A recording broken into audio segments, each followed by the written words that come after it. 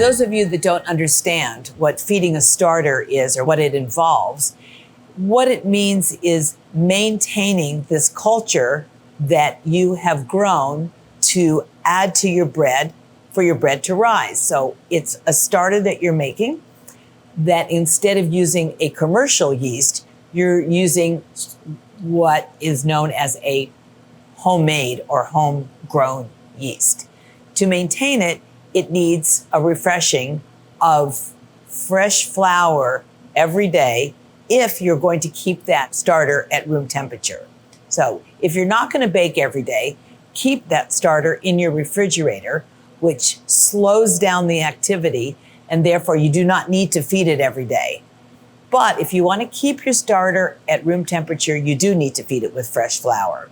So the way that you feed a starter is that you have to match the amount of flour and water that you have measured out.